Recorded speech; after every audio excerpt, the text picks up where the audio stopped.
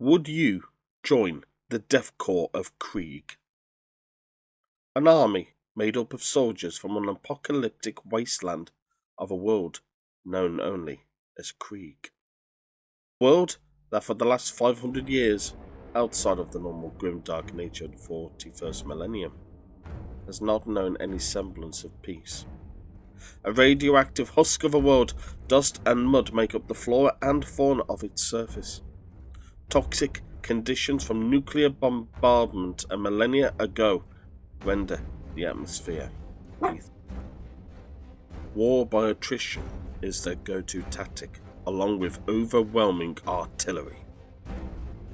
Being a grunt on the front line guarantees you almost certain death at the hand of the traitor, Xenos, the heretic. To remove your mask and be counted as unique among your brethren is not in your nature. To turn and flee is inimical. Each soldier considers their lives as expendable as imperial coin at the market of destruction, and the men and women of the Death Korps sell themselves gladly in his service.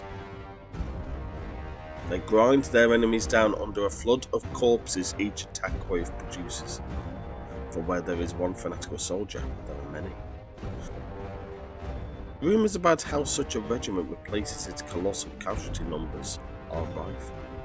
Whispers of artificial methods to bolster birth rates and recruitment counts are speculated. Yet their loyalty is beyond reproach. Their willingness to commit self-sacrificial acts of valour have bred unusual traits within the commissariat, put in place to curb the more zealous troops from giving their lives so willingly. Counter to those of different regiments from other worlds, these officers of the commissariat eschew notions of sacrifice, focusing on following orders and encouraging restraint from those under their command. That is, until the next order comes from regimental command for another wave to rush forwards, guns already firing. To help support such waves of human soldiery, enormous siege weapons fire at enemy placements without end.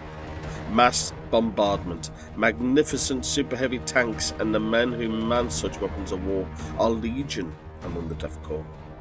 Preliminary bombardment softens up enemy fortifications for the infantry to storm and overrun. After the artillery and the waves of battle-hardened soldiery come the Death Riders. Mounted on vaunted Krieg steeds, these animals are products of extreme genetic engineering. Bred with increased strength, endurance and aggression, these valiant mounts have multiple additional organs to combat the myriad of toxins and pollutants present on the surface of their own foul world.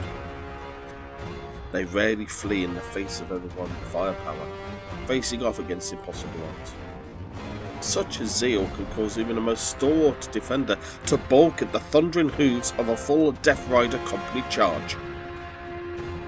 Rather than mindless riders, those in command of the steeds are known for their combat intuition and aptitude for adaptivity and martial logic.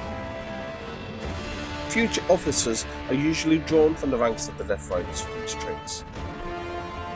Those selected form a plethora of battle-hardened adaptive officer class who excel in their own select theatre of war.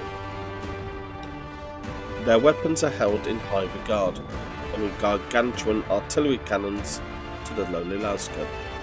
However, no weapon is more iconic for this regiment than the humble entrenchment tool. Akin to a sharpened shovel, the weapon has uses beyond its namesake. It is a mark of their regiment, a weapon of choice should the battle come close quarters, and a means to dig in, for the Death Korps excel in trench warfare. For all of their past failings, their zeal, their tactics and methodology in battle, they are notable for their steadfast determination, their comradeship and dedication to defending the Imperium at any cost. However, death is an almost guaranteed certainty, regardless of position or rank that you hold. So, I ask of you again, would you join the Death Korps